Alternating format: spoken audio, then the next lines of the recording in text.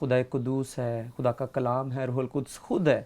تو ہم جلال کے گیت گاتے, خداوند تیرا جلال ظاہر ہو. تو یوحنا کی انجیل 15ویں باب میں لکھا ہوا ہے, میرے باپ کا جلال اسی سے ہوتا ہے کہ تم بہت سا پھل لاؤ. اگر ہماری زندگی پھلدار ہے تو میرا نہیں خیال کہ ہمیں بہت زیادہ لاؤڈ منادی کرنے کی ضرورت ہے. روح القدس کے پھل ایک ایسا سپیکر ہے, ایک ایسا پیغام ہے کہ جو, اور میں سمجھتا ہوں کہ نعمتیں جو ہیں یہ آپ کو بول کے خدمت کرنے کی ضرورت ہے, لیکن پھل جو ہیں یہ خود بخود بولتے ہیں. آپ تنہائی میں بھی ہوں تو ان کا شور ایسا ہے کہ دنیا کو ہلا سکتے ہیں. اور دوسری بات میں یہ کرنا چاہتا ہوں کہ سب سے بڑی مثال خداوند یسوع مسیح کی ہمارے پاس. میں نے ذکر کیا تھا مقدس یوسف کا, جب مقدس یعقوب ان کو برکت دیتے ہیں تو ان کو چھیڑا گیا, تیر اندازوں نے اس کو مارا, لیکن پھر بھی اس کے اندر سے پھل کیسے جھڑ رہے ہیں. تو خداوند یسوع مسیح کی صلیب کا ذکر ہے غلطیوں کے خط ہی میں, انہی پھلوں کے ساتھ ہی صلیب کا ذکر ہے. اب صلیب پر دیکھ لیجئے گا کہ کس طرح کے تانا بازی ہے, لعن تان کیا جا رہا ہے, نیزہ مارا جا رہا ہے, اور پھل کیسے نکل رہے ہیں. جنت نکل رہی ہے, فردوس نکل رہا ہے, معافی نکل رہی ہے, اور پھر میل ملاپ ہے, محبت ہے, پیاس ہے اس کو محبتوں کی, آج تلاش ہے اس کو ایمانداروں کی کہ کوئی اسے ملے, تاکہ پوری دنیا میں روح القدس کی آگ کا ایک ایسے شعلے بھڑکیں جس سے غیر قومیں جان جائیں کہ یہ یسوع مسیح کی یہ نرالے لوگ ہیں, منفرد لوگ ہیں. تھینک یو پاسٹر ساجد جی. ناظرین آئیے مل کر کچھ وقت دعا کریں اور خدا سے توفیق مانگیں. خدا کے پاک روح کو موقع دیں کہ وہ ہمارے جیون میں روح القدس کے جو پھل ہیں وہ نظر آئیں, اور لوگ ہمیں دیکھ کر ہمارے خدا کی تمجید کریں. اور جس طرح بھائی نے بتایا کہ ہمارے جو پھل ہیں وہ خود بولتے ہیں, لوگ اس کو دیکھتے ہیں اور ان کا جیون بدل جاتا ہے. دعا میں کچھ وقت گزاریں گے, اور اگر آپ چاہتے ہیں کہ پاک روح سے معمور ہو جائیں اور روح القدس کا بپتسمہ ہو آپ کو, روح القدس اور آگ کا بپتسمہ, جیسا کہ لکھا ہے کہ جو میرے بعد آتا ہے وہ تمہیں روح القدس اور آگ سے بپتسمہ دے گا. تو آئیے ہم دعا میں ٹھہریں تاکہ خدا کا پاک روح کام کرے ہمارے جیون میں, ہمارے گھرانوں میں, کلیسیاؤں میں, زندگی میں, معاشرے میں, سوسائٹی میں. Hallelujah, glory to God, glory to God. او ساکا دے رے سیا بو کادا لارا کادا لارا ایدا رازا بارا کادا نا کادا لارا کندولورو سکے دے رے. خدا پیارے آسمانی باپ, اس وقت جب ہم تیرے مقدس کلام میں سے سیکھ رہے ہیں, تمہاری مدد فرما اور اپنے پاک روح کی جنبش اور قدرت کو اور انوائنٹنگ کو اور مسح کو اور بہاؤ کو ہمارے جیون میں جاری کر. لوگ ہمیں دیکھیں اور تیری تمجید کریں, ہمارے پھلوں سے تیرا جلال ظاہر ہو. تو برکت دے خداوند, اپنے خدام کے ساتھ ہو. اور اسی طرح ہم دعا کرتے ہیں پی ایم آئی ٹیلی ویژن کی ساری ٹیم کی مدد فرما, برکت دے. اور آج اتنے لوگوں کی دعائیہ درخواستیں ہیں, ہم ان کے لیے بھی دعا کرتے ہیں. اگر کوئی بیمار ہے, کمزور ہے, ناتواں ہے, یسوع کے نام میں وہ شفا پا جائے, وہ برکت پائے, وہ نجات پائے, وہ بحال ہو, اور سارا جلال خداوند تیرے ہی پاک نام کو ملے. برکت دیجئے, رحم کیجئے خداوند یسوع کے پاک نام میں, آمین آمین. جی عزیزو, ہم آپ سے اجازت چاہتے ہیں, لیکن اس سے پیشتر ہم اجازت چاہیں, میں چاہوں گا کہ آپ ہمارے یوٹیوب چینل کو بھی سبسکرائب کر لیں, کیونکہ جو پروگرامز آپ ٹیلی ویژن پر نہیں دیکھ پاتے آپ لیٹر آن بعد میں اس کو یوٹیوب پر دیکھ سکتے ہیں. تو میں بے حد شکر گزار ہوں. پاسٹر ساجد آپ کا بھی شکریہ, پاسٹر کامران آپ کا بھی شکریہ, پاسٹر لیاقت آپ کا بھی شکریہ, آپ سبوں کا بہت شکریہ آج کے پروگرام کے لیے. God bless you all. Keep watching P M I television. Prince of Peace, Prince of Peace.